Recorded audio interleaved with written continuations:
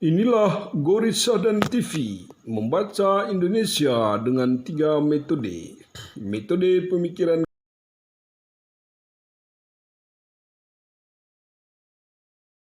Selamat pagi kepada pemirsa Gorissa dan TV di seluruh Indonesia. Gorissa dan TV membaca Indonesia dengan 3 metode. Metode pemikiran kritis, metode pemikiran analitis, dan metode pemikiran reflektif.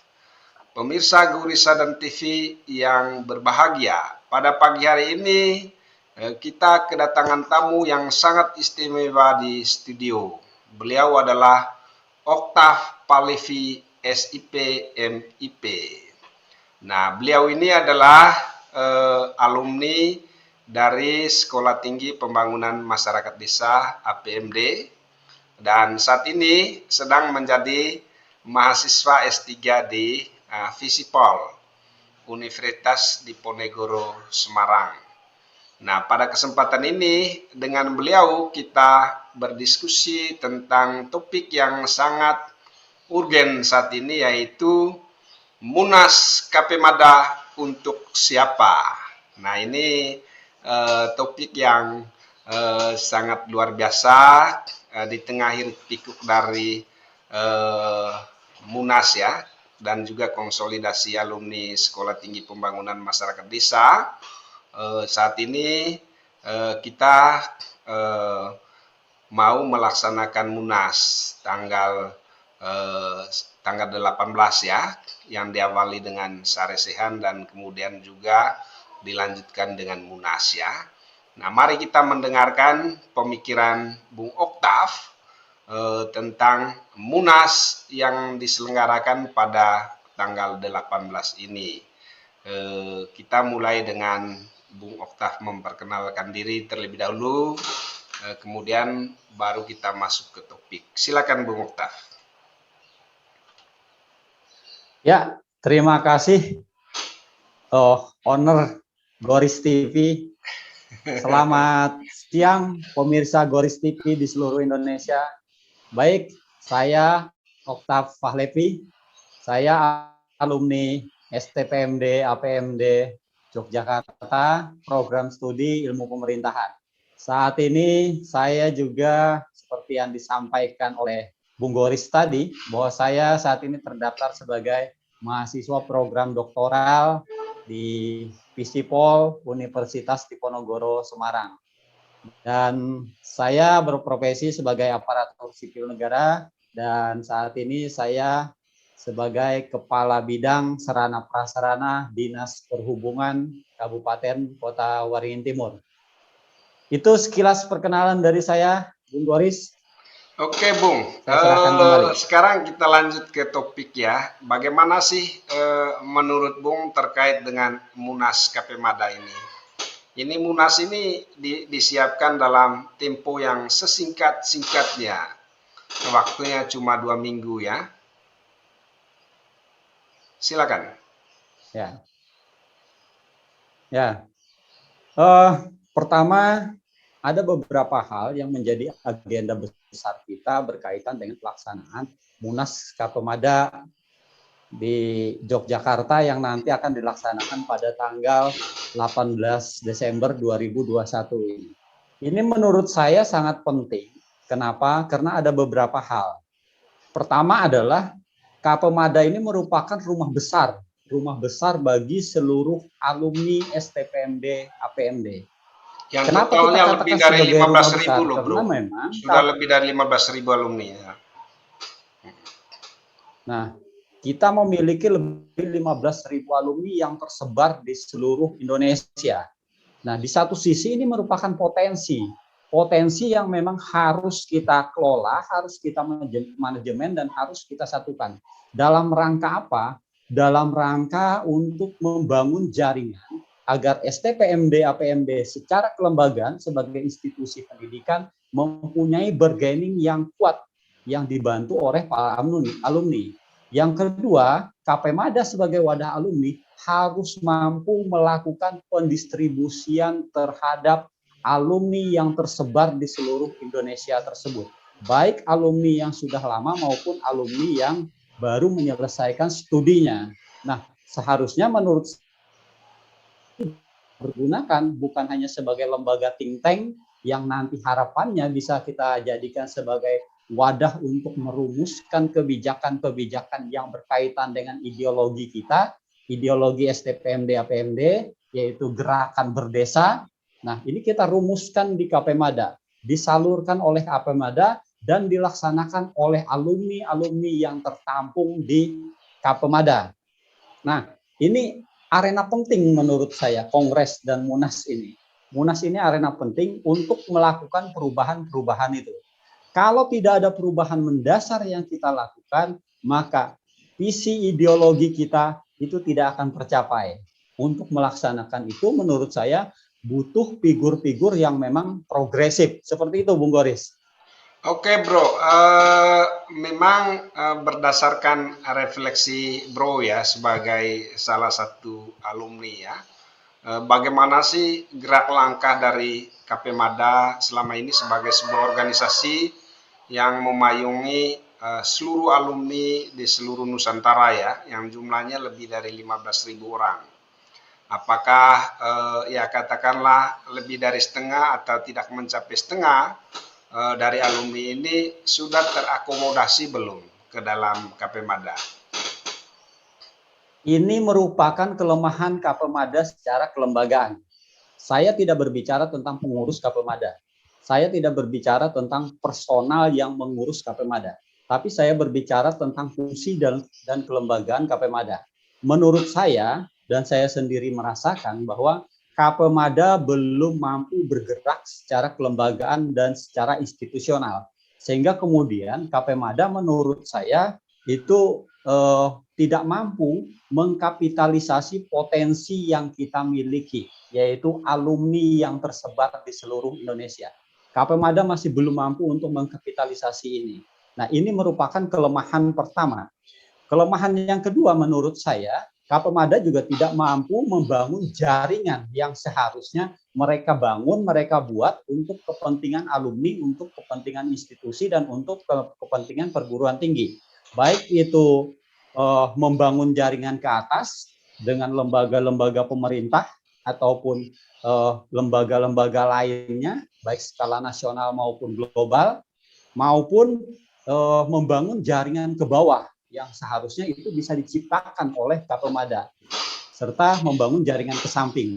Nah, ke depan memang segala kelemahan ini harus kita rubah.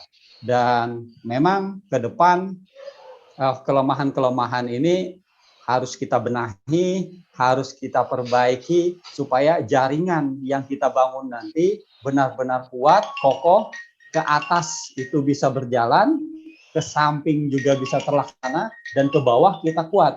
Potensi kita ini sangat besar. Bayangkan saja seperti yang disampaikan oleh Bung Goris tadi, kita memiliki kurang lebih sekitar 15.000 alumni yang tersebar di berbagai macam provinsi di seluruh Nusantara. Tapi sayangnya ini belum kita kapitalisasi, sehingga kita secara kelembagaan itu masih lemah.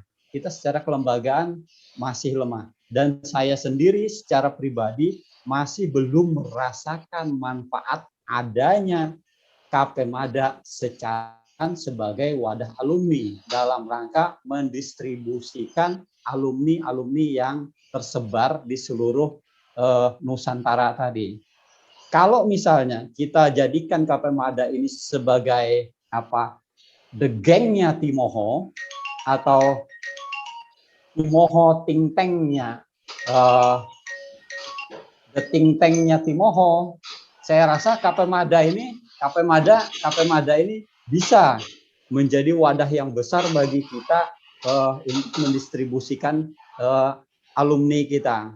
Dan alumni kita saya rasa tidak kalah potensinya dengan alumni-alumni perguruan tinggi lainnya.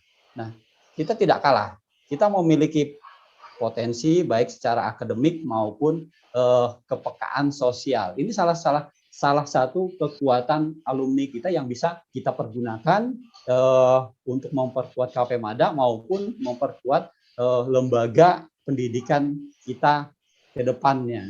Nah, Ini yang memang menjadi kelemahan kita selama ini, yang menjadi kelemahan KP-Mada secara kelembagaan.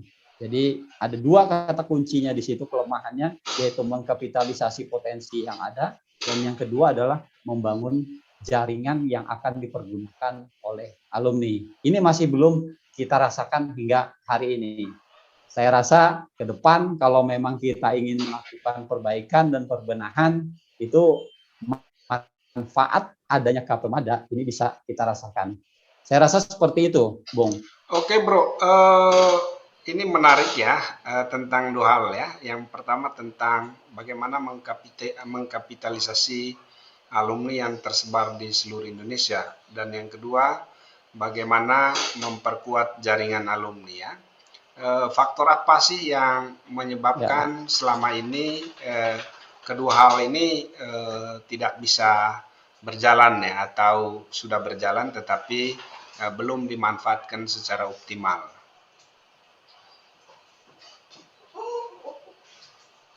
Ya, saya rasa semua kepengurusan di sebuah lembaga termasuk KP-Mada itu memiliki cita-cita besar.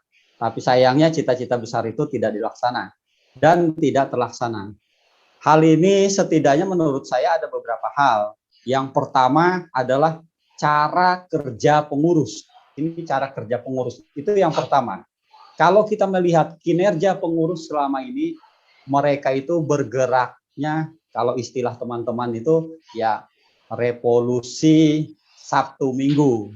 Artinya mereka bekerja hanya memanfaatkan waktu luang mereka saja di hari Sabtu dan Minggu. Dimanapun cara kerja seperti ini, revolusi Sabtu Minggu ini tidak akan efektif untuk memajukan sebuah lembaga atau sebuah institusi, karena mereka hanya memanfaatkan waktu luang mereka. Seharusnya sebuah lembaga apabila kita ingin komitmen membangun lembaga itu menjadi lebih besar, kita harus all out dan harus optimal di lembaga itu. Nah, ini juga nanti ke depan berpengaruh tentang kriteria kepengurusan KP-Mada yang baru nantinya ke depan. Nah, ini agar revolusi Sabtu Minggu ini tidak berjalan lagi. Nah, itu yang pertama. Karena pola kerja dan cara kerja mereka yang hanya memanfaatkan waktu luang mereka untuk mengurus KP-Mada. Padahal yang diurus ini adalah lembaga besar, bukan lembaga kecil. Nah, yang kedua, kelemahan yang kedua adalah mereka juga di dalam bekerja itu tidak memiliki mekanisme yang sistematis, artinya tidak terencana, tidak terukur, sehingga kemudian apa yang ingin mereka kerjakan itu tidak terprogram dengan baik.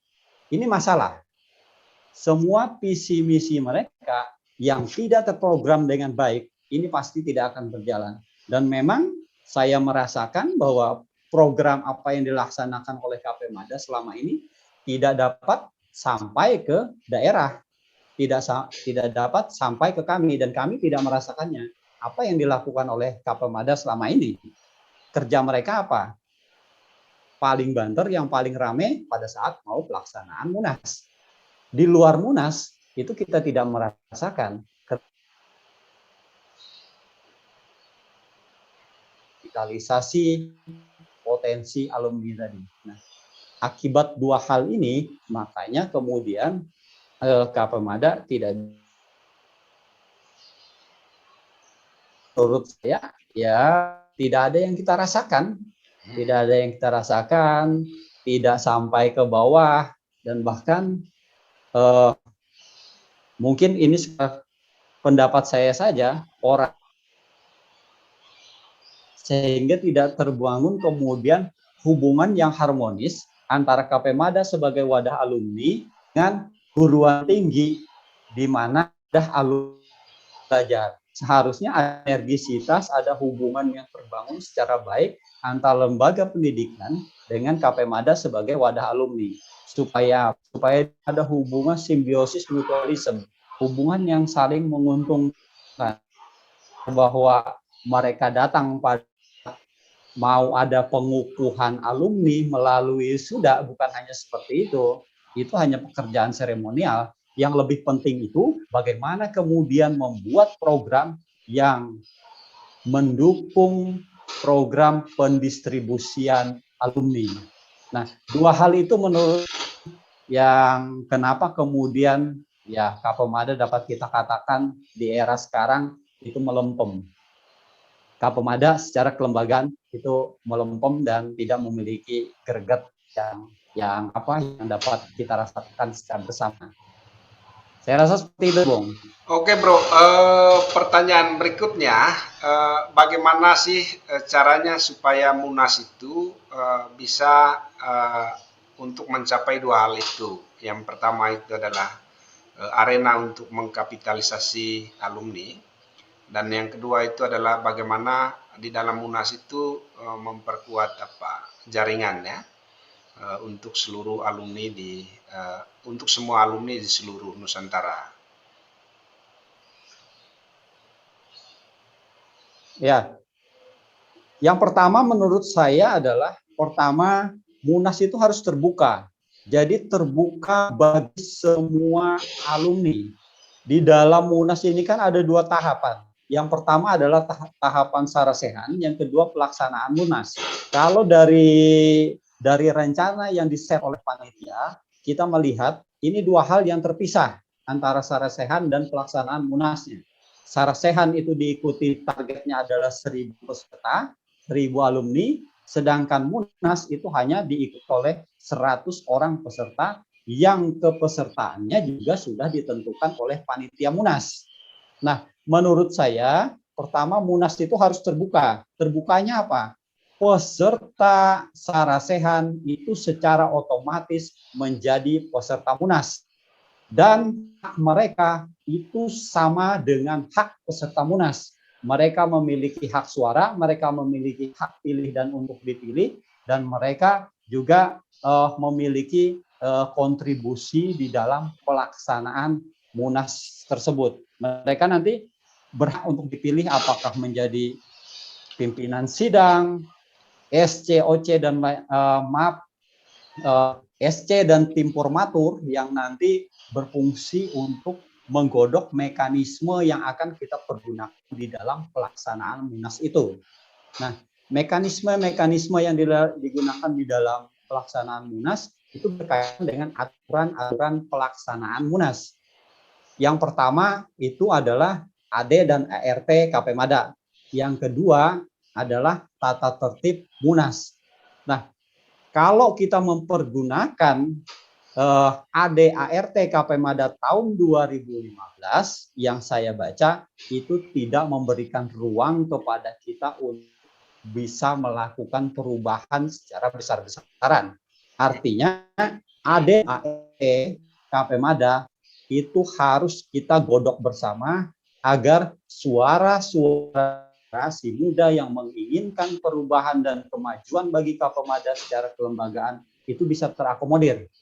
Yang kedua, tata tertib Munas itu juga harus digodok secara bersama-sama, bukan hanya digodok oleh sekelompok orang. Proses penggodokan tertib ini, tata tertib Munas itu melalui dua tahap. Pertama adalah sidang pleno, yang kedua adalah sidang komisi. Nah, kalau memang sidang pleno dan sidang komisi ini bisa kita lakukan, artinya di dalam proses penjadwalan pelaksanaan Munas itu juga harus dirubah jadwalnya. Dan mekanisme ini lakukan pembahasan terhadap anggaran dasar dan anggaran rumah tangga serta tata tertib Munas, memang mekanismenya melalui sidang pleno dan sidang komisi. Nah, ini dari sisi regulasi dan aturan yang harus kita pergunakan di dalam pelaksanaan Munas. Sedangkan isinya nanti, isi dari baik itu anggaran dasar dan anggaran rumah tangga, bahkan tatipnya yang nanti berbicara tentang mekanisme pemilihan calon ketua Kapemada, itu bisa dilaksanakan secara musyawarah dan mufakat. Tapi apabila musyawarah dan mufakat itu tidak tercapai, kita memiliki jalur yang kedua, yaitu melalui voting voting terbuka. Voting terbuka atau tertutup. Nah, itu. Dan yang ketiga, apabila ada calon tunggal dan itu merupakan kesepakatan dari seluruh peserta Munas. Ingat, peserta Munas bukan peserta yang 100 orang dan ditunjuk oleh panitia, tapi adalah mereka yang juga menjadi peserta sarasehan. Ini juga peserta Munas. Peserta Munas yang kita maksudkan itu. Jadi seluruhnya gabungan antara peserta sarasehan dan yang terus akan kita bawa ke arena Munas. Apabila ada calon tunggal itu bisa ditetapkan secara aklamasi. Nah, ini beberapa hal yang penting menurut saya yang nanti pada saat pelaksanaan sarasehan dan Munas itu perlu dilakukan, Bung. Berarti peserta Munas harus 1.000 orang ya, Bro ya. Sama seperti ini. Kalau bisa ya mencapai 1.000 ya. Ya, artinya peserta sarasehan wajib untuk menjadi peserta Munas. Ya. Nah, untuk mengakomodir itu, panitia harus terbuka. Kata kuncinya yang pertama itu di situ dulu. Panitia itu harus terbuka. Kalau nggak bisa. Seperti itu, Bung. Oke, Bro. Pertanyaan yang berikutnya ya. Apa sih poin krusial di dalam anggaran dasar dan anggaran rumah tangga itu yang selama ini membuat organisasi kita itu kurang terbuka ya. Kemudian yang kedua, bagaimana sih pengaturan tentang mekanisme pemilihan di dalam anggaran dasar dan anggaran rumah tangga itu. Sehingga kemudian sepertinya setiap munasnya KPMada ini nggak ada calon yang dipublish gitu. Nggak ada bakal calon yang dipublish. Tiba-tiba waktu Munas itu terpilih si ini, terpilih si itu gitu ya. Nah, pasti ada poin di dalam anggaran dasar dan anggaran rumah tangga itu yang membuat mekanisme pemilihan itu tidak dilakukan secara terbuka. Nah, itu dia memang yang harus kita kaji bersama. Saya mulai dari pertanyaan yang kedua yang disampaikan oleh Bung Goris. Kenapa kemudian calon KPMada kok sepertinya itu sudah bisa ditebak orangnya siapa, sudah bisa diprediksi siapa nanti menjadi ketuanya, siapa nanti menjadi sekjennya. Nah, yang kedua, kenapa kemudian tidak dilakukan dengan mempergunakan mekanisme terbuka, pendaftaran terbuka, dan rekrutmen terbuka sebagai calon KPMada. Lagi-lagi memang hal ini disebabkan oleh dipertahankannya anggaran dasar, anggaran rumah tangga yang menurut saya kajiannya, isinya itu masih sangat feodal dan primitif yang menutup ruang bagi teman-teman alumni yang memiliki potensi dan visioner tapi tidak sejalan dengan pengurus yang terdahulu itu tidak diberikan ruang untuk terlibat. Nah, ini yang menurut saya memang permasalahan utamanya ada di situ. Memang di AD dan ART yang tidak dilakukan perbaikan perubahan. Seharusnya AD ART itu wajib untuk diamandemen, mengikuti perubahan zaman dan perubahan waktu. Karena kebutuhan dan waktu itu kan dan memang zaman klausulnya diatur di dalam ADRT itu bahwa Munas itu adalah tempat di mana juga dilakukan perubahan terhadap anggaran dasar dan anggaran rumah tangga. Ya, betul, tapi itu tidak dilakukan. Sengaja tidak dilakukan untuk mempertahankan sistem yang bersifat tradisional dan primitif tadi. Karena apa? Ini sekedar prediksi saya. Mungkin ini untuk kepentingan segelintir orang yang tidak ingin melakukan perubahan dengan keberadaan KPMada tersebut. Kita berharap bahwa KPMada ini bukan milik segelintir orang, segelintir alumni, tapi milik semua alumni. Ini substansi kenapa kemudian KPMada itu kita bentuk dan kenapa kemudian kita terlibat di dalamnya. Nah, mungkin Bung Goris bisa diulangi untuk pertanyaan yang pertama tadi, karena pertanyaannya yang pertama tadi suara Bung Goris putus. Yang pertama sih Ya, bagaimana Munas ini bisa mengakomodasi semua alumni yang tersebar di seluruh Nusantara. ya. Kalau kita berbicara bagaimana kemudian Munas ini bisa mengakomodir alumni yang tersebar di seluruh Nusantara, yang pertama memang lagi-lagi PR-nya itu adalah kita harus merubah struktur kepemimpinan dan kepengurusan KPMada ke depan. Itu yang harus dilakukan, melakukan perubahan. Nah, di dalam melakukan perubahan itu, kalau menurut saya ada dua jalan yang bisa dipergunakan. Yang pertama adalah jalan diplomasi. Nah, jalan diplomasi ini mungkin jalan yang soft dengan mengakomodir kepentingan semua pihak, baik kepengurusan dulu maupun kepentingan teman-teman yang tidak tertampung di kelembagaan KPMada.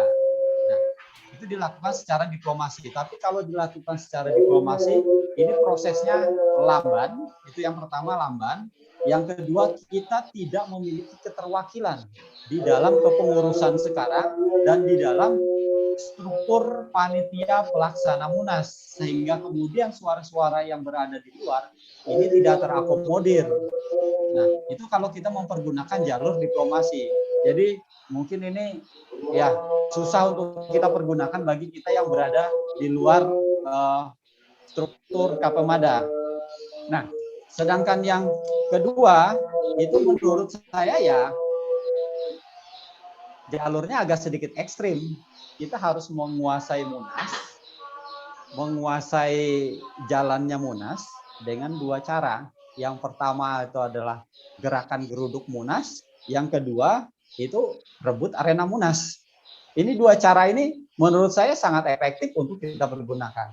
Bukan berarti arena geruduk dan rebut ini kemudian kita mengambil secara ekstrim dan kemudian menyingkirkan orang-orang kepengurusan sebelumnya yang ada di KPMada. Tidak, kita tidak ingin melakukan politik pecah belah juga, sehingga kemudian nanti ke depannya terdapat gap, terdapat kubu di dalam KPMada. Kita tetap menginginkan adanya persatuan, kita tetap menginginkan adanya kebersamaan dan kekeluargaan. Hanya saja geruduk dan kuasai rebut yang kami sampaikan di sini adalah kita harus secara terbuka meminta agar dilibatkan di dalam pelaksanaan Munas, di dalam merumuskan AD dan ART, dan di dalam melakukan perubahan tata tertib Munas.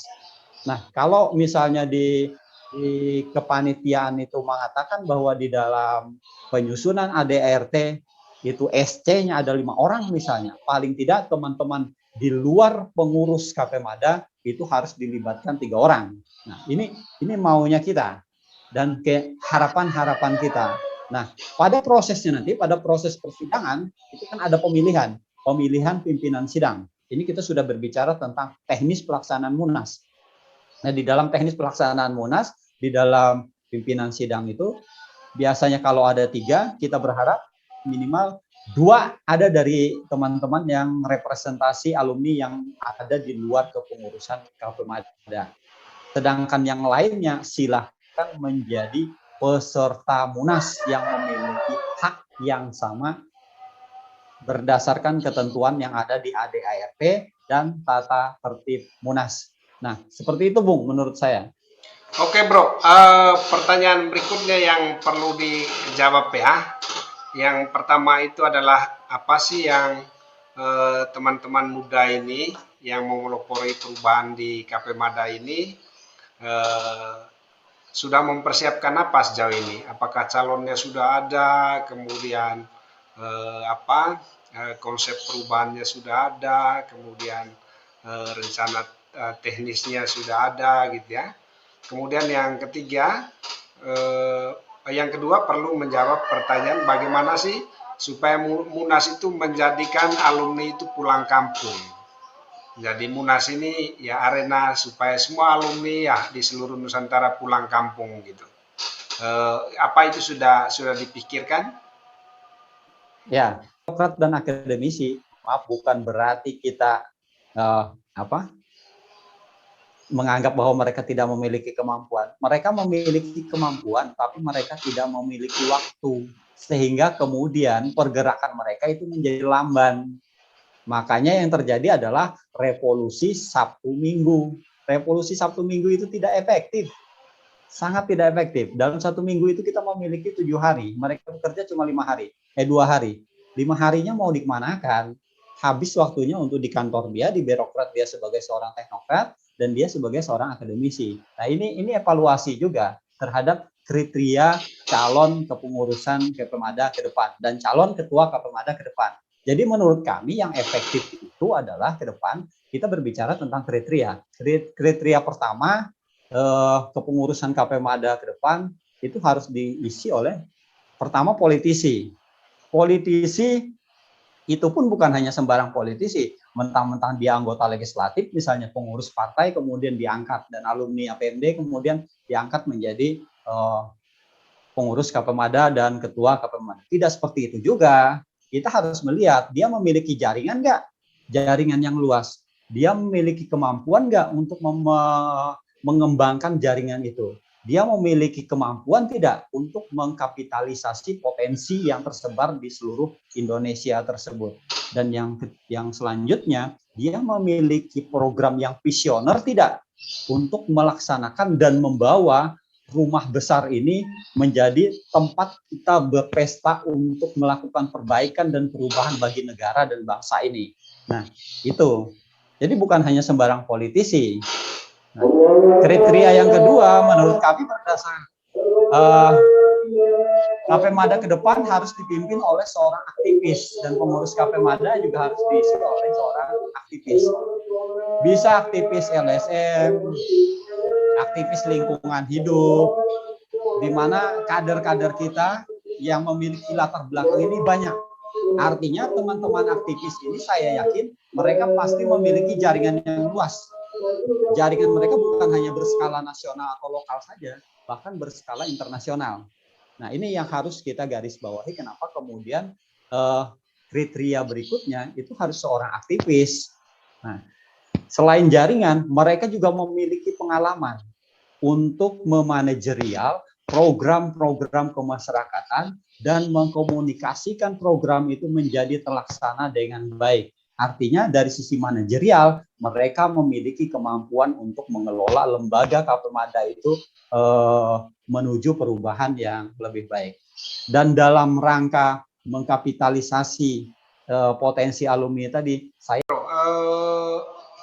ini ada dua pertanyaan yang sangat penting ya. Yang pertama, apa yang dipersiapkan ya untuk memeriahkanlah Munas KPMada ini, dan bagaimana supaya Munas KPMada ini menjadi arena di mana semua alumni itu bisa pulang kampung.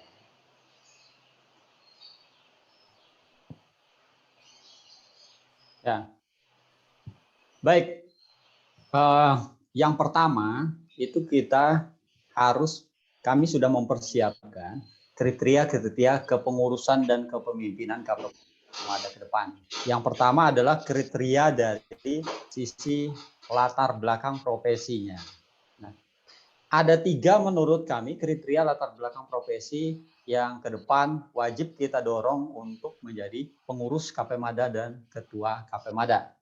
Yang pertama itu adalah politisi, yang kedua aktivis, dan yang ketiga pengusaha. Nah, ini kriterianya. Harus dari latar belakang ini. Tapi bukan hanya sekedar politisi dan aktivis saja, tapi harus benar-benar politisi, aktivis, dan pengusaha yang memiliki jaringan yang luas, memiliki kemampuan manajerial yang baik, memiliki kemampuan untuk menjadikan KPMada ini sebagai the Timoho Gang dan the Timoho Think Tank dalam rangka merumuskan seluruh cita-cita ideologi berkampus kita, yaitu gerakan berdesa. Nah, ini harus disalurkan. Salah satu kendaraan untuk menyalurkannya menurut kami adalah itu KPMada. Lembaga pendidikan, STPMD, APMD itu hanya melahirkan saja. Mengimplementasikannya itu alumni. Tugasnya alumni untuk mengimplementasikan itu. Nah, dan mereka ini, ketiga kriteria ini menurut kami, pertama mereka pasti akan memiliki komitmen waktu yang banyak untuk melakukan menjalankan tugas mereka di Kapemada. Kalau dari kelompok ini menurut kami, makanya kelompok inilah yang perlu kita dorong di dalam Munas nanti. Nah, dari tiga profesi ini. Bukan berarti kita menafikan bahwa birokrat tidak mampu, akademisi tidak mampu, tapi memang selama ini dalam beberapa periode sebelumnya pemimpin KPM ada selalu dari golongan itu.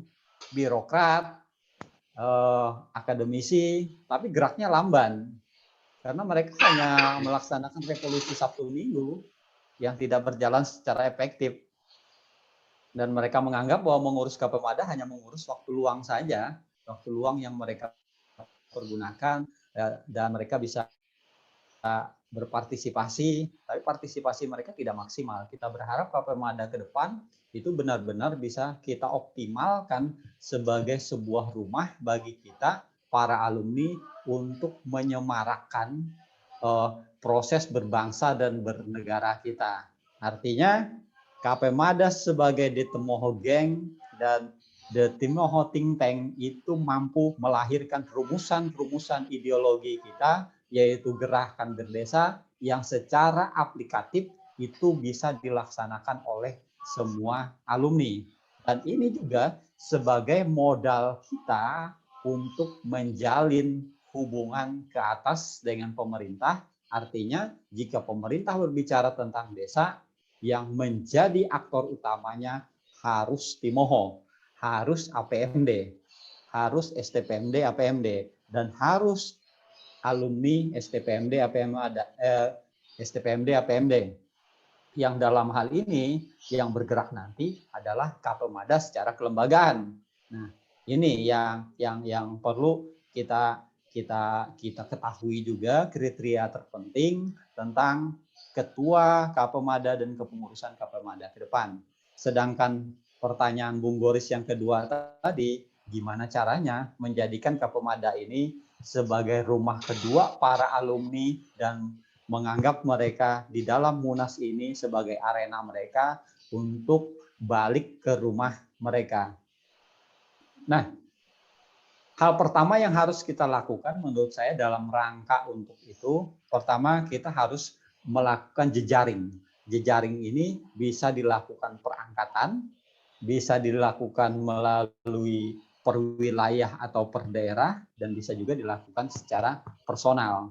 Tapi jejaring ini harus dibangun, dan hubungan antar jejaring ini harus dilakukan. Supaya apa? Supaya nanti mereka merasa bahwa ada panggilan dari rumah mereka, ada panggilan dari rumah kedua mereka, meminta mereka untuk pulang dan meminta mereka untuk berpartisipasi dalam melakukan pembenahan dan perubahan terhadap rumah mereka ke depannya agar menjadi lebih baik, lebih menarik, dan menjadi perhatian semua orang di seluruh negeri ini. Nah, ini yang menurut saya lakukan, Bung Boris.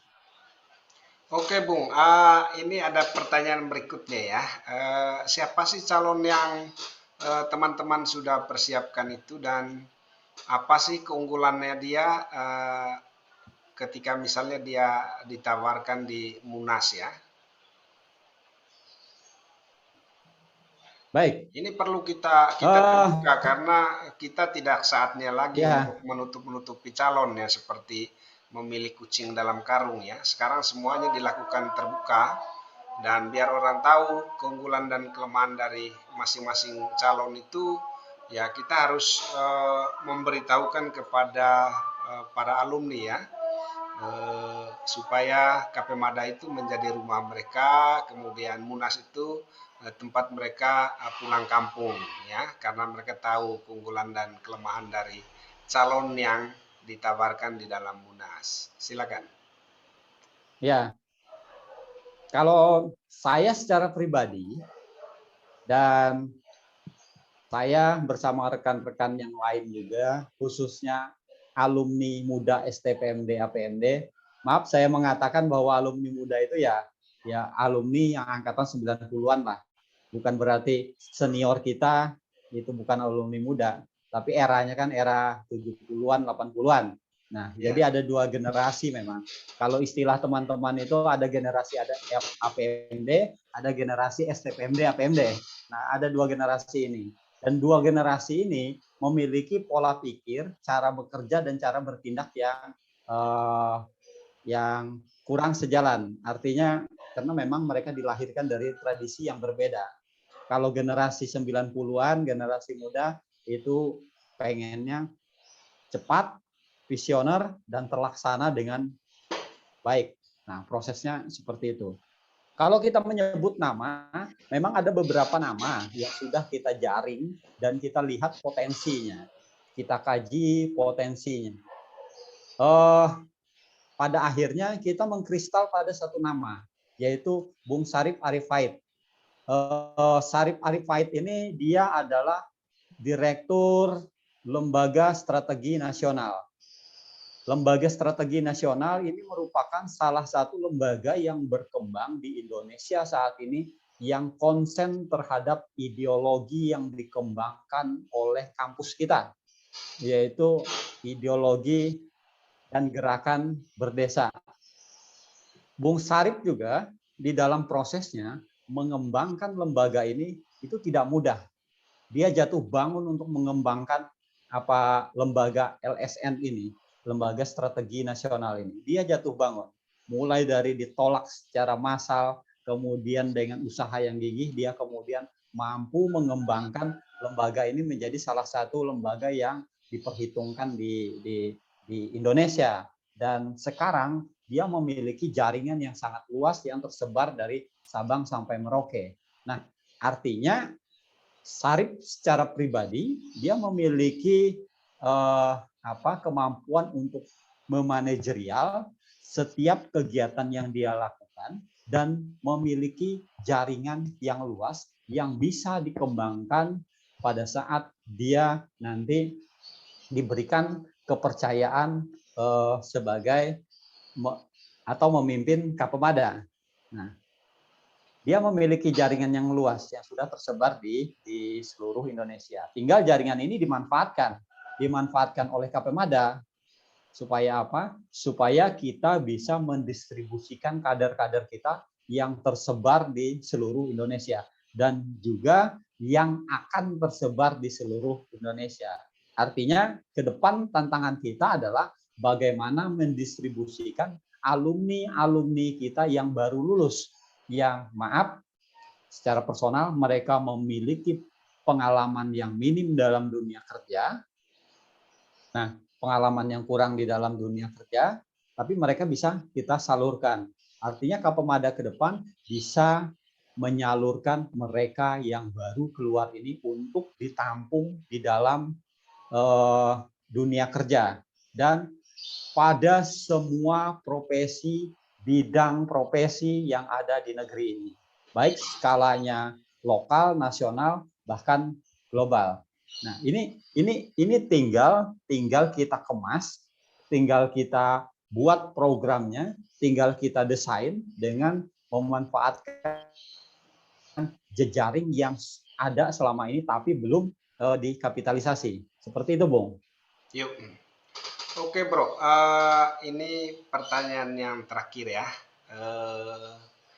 Ya Ya. kita berharapkan Munas ini berjalan dengan baik, kemudian banyak alumni yang pulang kampung ya, yang ikut Munas, kemudian ini kan daya tampungnya 1.000 ya. Kita nggak tahu juga apakah sudah sampai 1.000 atau masih banyak yang belum terdaftar ya.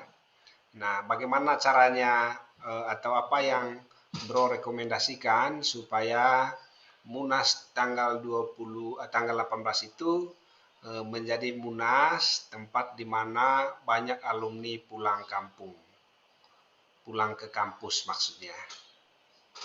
Jadi Ya. Iya bro, silakan. Ya.